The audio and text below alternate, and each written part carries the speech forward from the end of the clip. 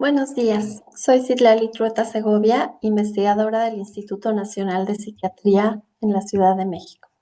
Es para mí un gusto participar en este simposio y les voy a presentar un trabajo en el que estudiamos un fenómeno de plasticidad sináptica atípico.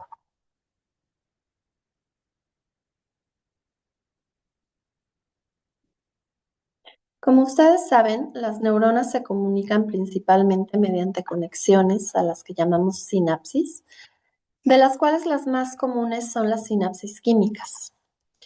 En estas conexiones, la llegada de un potencial de acción a la terminal presináptica produce la liberación de un neurotransmisor que se encuentra empaquetado en vesículas. La llegada al potencial de acción hace que se abran canales de calcio en la terminal presináptica y la entrada de calcio a esta hace que las vesículas se fusionen con la membrana presináptica y liberen su contenido al exterior. De esta manera, el neurotransmisor es liberado y puede llegar a la terminal postsináptica, que tiene receptores específicos, y la unión del neurotransmisor al receptor produce directa o indirectamente un cambio en la permeabilidad de la membrana postsináptica para algún ion y por lo tanto se produce una corriente iónica y un cambio en el potencial de membrana, que se ve más o menos así, conocido como potencial postsináptico. La liberación de neurotransmisor puede cambiar de manera dinámica cuando se estimula la sinapsis de manera repetitiva, y esto da lugar a fenómenos de plasticidad sináptica, de los cuales los más conocidos son la facilitación sináptica y la depresión sináptica. La facilitación se produce porque el calcio que entra con un potencial de acción tarda varios cientos de milisegundos en ser eliminado de la terminal. Y si durante este tiempo en el que el calcio todavía está elevado llega un segundo impulso, entonces el calcio que entra con el segundo impulso se suma al calcio remanente del primer impulso y hace que se libere más neurotransmisor. Esto es lo que Katz y Miledi llamaron la hipótesis del calcio residual. Por otro lado, en sinapsis donde la probabilidad de liberación es alta, un primer impulso produce mucha liberación, de manera que la posa de vesículas disponibles en la terminal se disminuye mucho. Y si un segundo impulso llega antes de que se recargue esta posa, entonces hay menos vesículas disponibles en la terminal presináptica y con el segundo impulso se libera el contenido de menos vesículas, dando lugar a una respuesta de menor amplitud. La facilitación y la depresión sináptica tienen cursos temporales más o menos típicos, varían un poco de sinapsis a sinapsis, pero en general la facilitación decae a lo largo de centenas de milisegundos, igual que el calcio intracelular, mientras que la depresión se recupera a lo largo de varios segundos. Algunas sinapsis que tienen una probabilidad de liberación inicial baja, sobre todo se facilitan, otras que tienen una probabilidad de liberación alta, sobre todo se deprimen. Y hay otras en las que la probabilidad de liberación es intermedia y ahí pueden coexistir la facilitación y la depresión, ya que aunque en un primer impulso disminuya la cantidad de vesículas, el incremento en la probabilidad de liberación enmascara esa disminución de la posa liberable y puede ocurrir facilitación mientras se encuentra el calcio elevado y únicamente se desenmascara la depresión después de que el calcio regresa a sus niveles basales. Nosotras estudiamos la plasticidad en una sinapsis entre neuronas identificadas en el sistema nervioso central de la sanguijuela. Utilizamos este organismo porque tiene un sistema nervioso mucho más sencillo que el de los vertebrados. Consiste en una cadena de ganglios, todos similares entre sí. Aquí les muestro una imagen de uno de estos ganglios. Es una imagen clásica de Nichols y Baylor de los años 60. Y pueden ver que tiene neuronas con somas muy grandes que están localizadas de manera estereotipada, de manera que se pueden identificar visualmente las neuronas por su forma, tamaño y localización en el ganglio. Y esta localización se repite de un ganglio a otro, de un individuo a otro e incluso entre diferentes especies. Y se sabe bastante bien la función de muchas de estas neuronas, así como su conectividad. El gran tamaño de estas neuronas además permite realizar fácilmente registros electrofisiológicos, ya que podemos insertar electrodos intracelulares en ellas. Nosotros registramos una sinapsis bien conocida entre una neurona mecanosensorial que responde a presión en la piel del animal y esta otra neurona cuya función no se conoce, pero se llama neurona pagoda anterior o AP por sus siglas en inglés.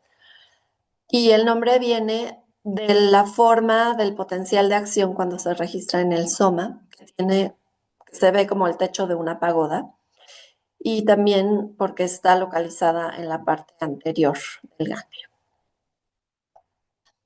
En este caso, la neurona P es la presináptica y la neurona AP es la postsináptica.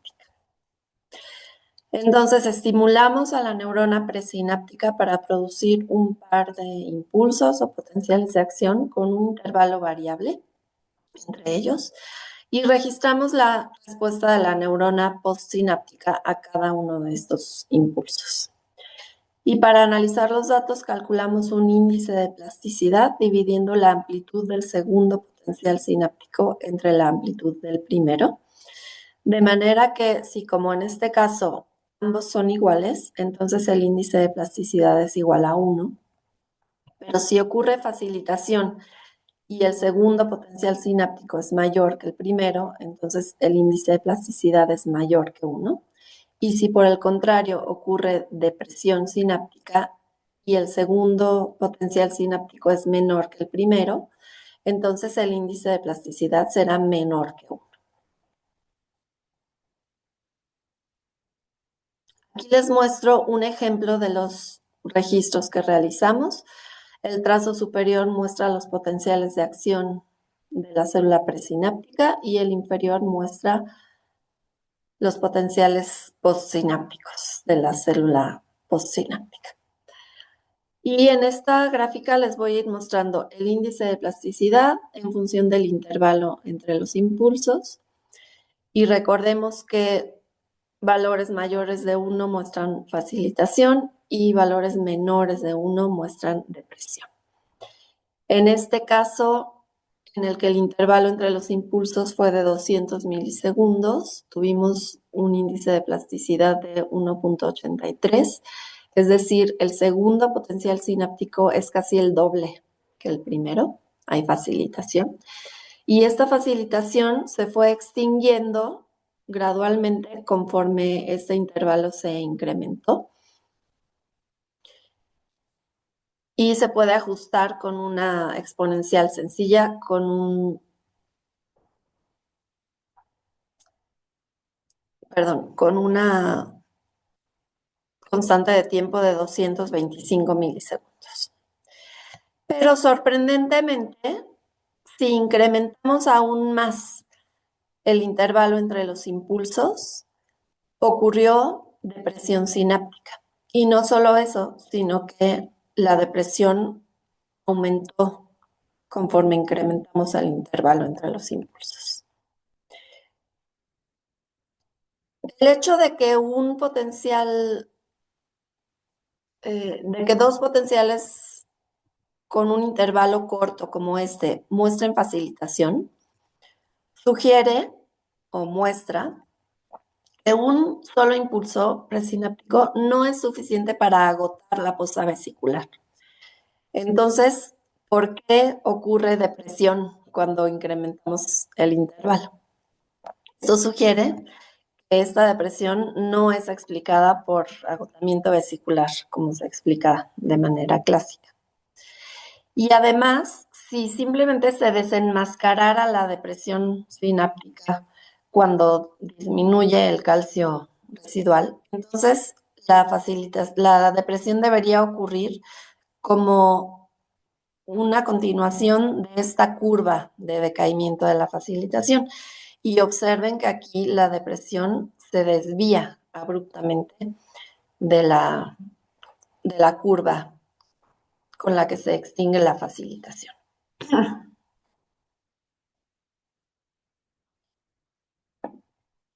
Aquí les muestro que esta depresión se recupera en alrededor de 10 segundos.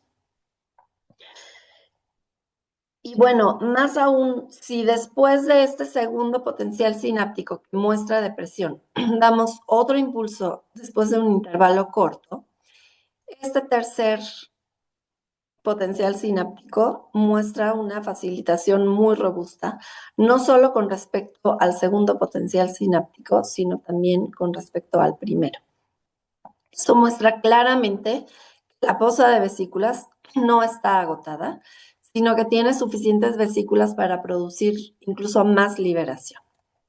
Aquí está el resumen de muchos experimentos que hicimos con este protocolo y siempre ocurre esta facilitación después de la depresión, lo cual muestra que la depresión no es producida por agotamiento vesicular como se conoce de manera clásica. La liberación de transmisor se ha estudiado muchísimo desde los años 50 y Del Castillo y Katz mostraron que la liberación de transmisor es un fenómeno probabilístico. Postularon la teoría cuántica de la liberación. Dice que el transmisor se libera por paquetes de contenido constante, que ahora sabemos que son las vesículas, y que la cantidad de transmisor liberado depende de la probabilidad de liberación y de la cantidad de vesículas disponibles en la terminal presináptica. Entonces, para estudiar si esta depresión retardada depende simplemente del uso previo de la fosa vesicular, manipulamos estos dos parámetros para incrementar la liberación inicial. Para ello, ahora les voy a mostrar el índice de plasticidad en función de la liberación inicial. Calculamos como simplemente como la amplitud del potencial sináptico inicial. La probabilidad de liberación, perdón, antes. En este caso, les muestro que un segundo impulso después de un intervalo de un segundo tiene esta depresión, un índice de plasticidad aproximado de 0.65. Y bueno, la probabilidad de liberación se puede incrementar aumentando la concentración de calcio en el medio extracelular. Esto hace que la liberación inicial sea mayor. Vean que tenemos aquí un potencial sináptico de mayor amplitud que en condiciones fisiológicas. Eso hace que se agote más la fosa y en esas condiciones hubo más depresión. Otra manera de incrementar la liberación inicial es manipulando, en este caso, la N, y lo hicimos dando dos impulsos iniciales en lugar de uno solo para producir más liberación. Y en ese caso, la depresión se incrementó todavía más. Noten aquí que un incremento en la depresión se muestra como una disminución en el índice de plasticidad.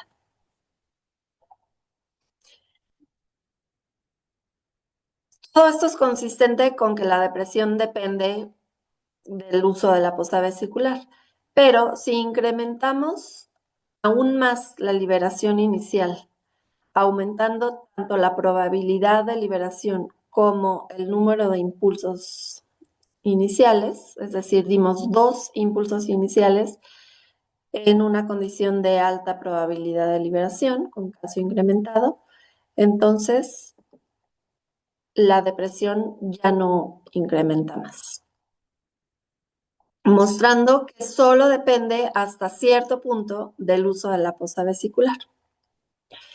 Ahora les voy a mostrar lo que ocurre con esta facilitación que observamos después de la depresión en cada una de estas situaciones.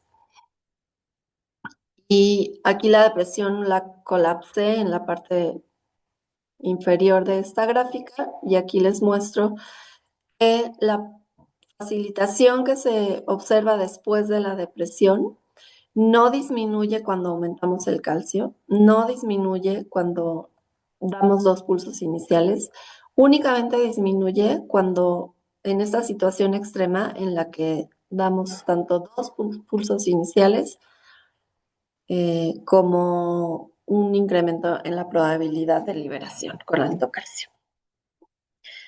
Entonces, esto muestra que la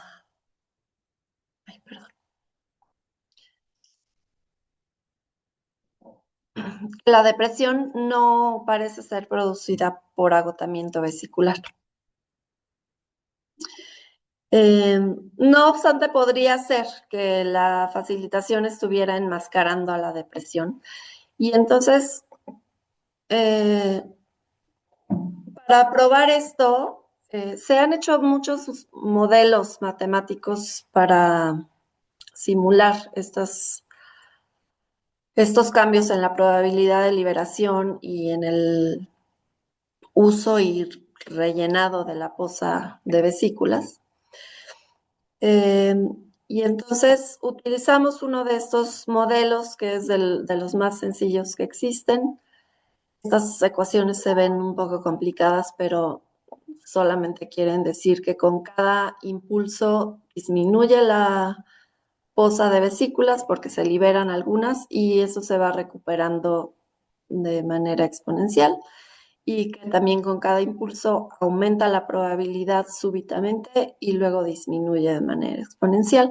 Y eso ocurre pues para cada impulso que demos. Y multiplicando aquí la n por la p en cada momento podemos predecir la cantidad de liberación que va a tener la sinapsis.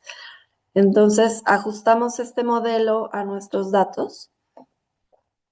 Y como pueden ver, esto explica bastante bien la facilitación y su decaimiento, pero no se ajusta nada bien a la depresión que vemos. Vean que sí puede haber depresión con estos modelos, pero como les decía, esto ocurre como una continuación de esta curva de extinción de la facilitación, mientras que nuestros datos experimentales muestran una clara desviación de esa curva. Utilizamos también otro modelo más reciente, un poco más complejo, propuesto por el grupo de Neher, en el que las vesículas pasan por 2 estados previos antes de poderse liberar. Aquí hay una fosa de reserva y aquí hay un estado en el que las vesículas están en la fosa liberable, pero están débilmente adosadas a la membrana y tienen que pasar hasta un estado en el que están fuertemente adosadas a la membrana para poderse fusionar. Este modelo, aquí están las constantes como en el otro modelo, y este modelo pues también explica bastante bien el decaimiento de la facilitación, pero no se ajusta a esta aparición súbita de la depresión sináptica retardada.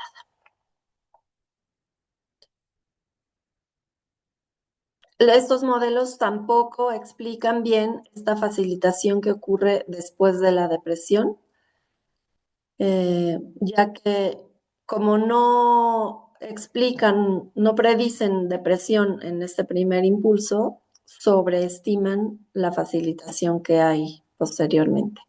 Y esto ocurre tanto para un impulso inicial como para dos impulsos iniciales. Vean que los datos experimentales que se muestran en gris no coinciden con las predicciones de estos dos modelos que se muestran en verde y en azul. Entonces, todo esto sugiere que la fosa de liberable no se está vaciando con un potencial de acción, pero que hay algún mecanismo que hace que las vesículas no estén disponibles para liberarse cuando ocurre un intervalo de tiempo largo.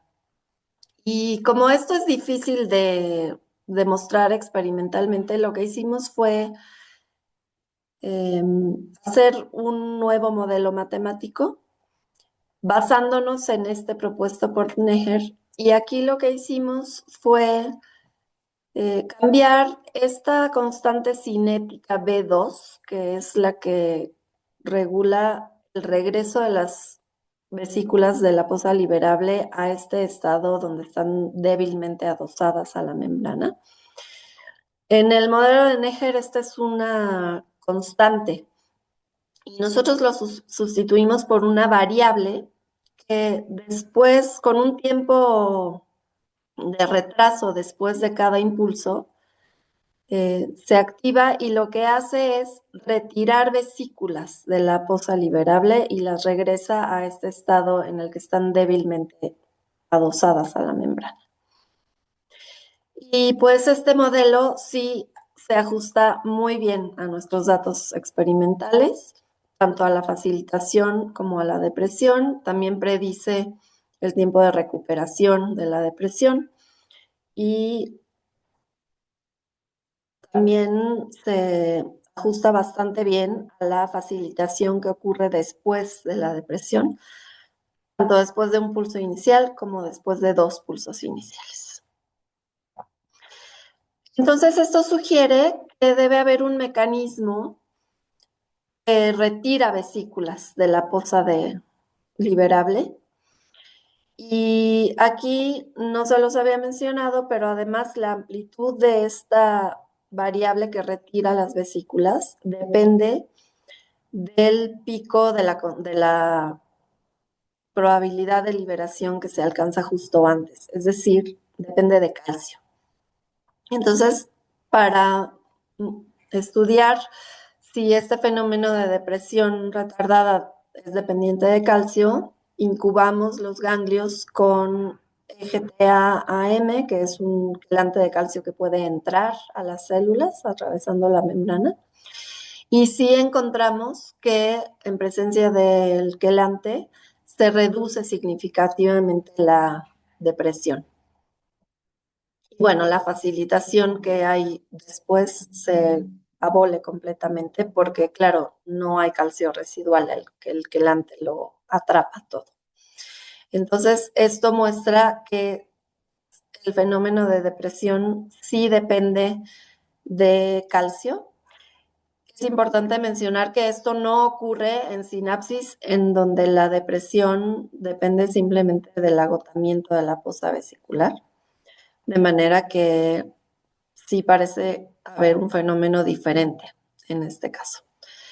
Y entonces podemos concluir que hay un fenómeno que ocurre como les explico ahora. En reposo, la terminal presináptica tiene una fosa vesicular de reserva y una fosa liberable que está compuesta por dos tipos de vesículas, unas que están fuertemente adosadas a la membrana y otras que están débilmente adosadas a la membrana. Cuando llega un potencial de acción, entra calcio, se liberan el contenido de algunas vesículas y por un lado, la probabilidad se queda aumentada durante el tiempo que el calcio permanece elevado y entonces si otro potencial de acción llega en ese momento, ocurre facilitación. Pero este calcio también activa una cascada enzimática intracelular. Claro, tiene entonces un retraso. Como sabemos, las cascadas de activación de enzimas y segundos mensajeros tienen un cierto retraso. Lo que proponemos es que finalmente esa cascada enzimática activa algún mecanismo que retrae vesículas de este estado fuertemente adosado al estado débilmente adosado a la membrana. Y entonces cuando llega un segundo potencial de acción en estas condiciones, hay menos vesículas en la fosa liberable y por lo tanto hay depresión sináptica. Pensamos que esta enzima que podría estar participando en esta retracción de las vesículas puede ser la cinasa de la cadena ligera de la miosina. Al fosforilar a la miosina puede retraerse en conjunto con la actina, y eso ya se ha mostrado que puede regular la cantidad de vesículas en la fosa liberable. Entonces, este es el esquema que proponemos como conclusión. Y finalmente quiero agradecer a la doctora Ana Coto y a la doctora Gloria Benítez King por la invitación para participar en este simposio, a nuestras fuentes de financiamiento y a todos ustedes por su atención. Muchas gracias.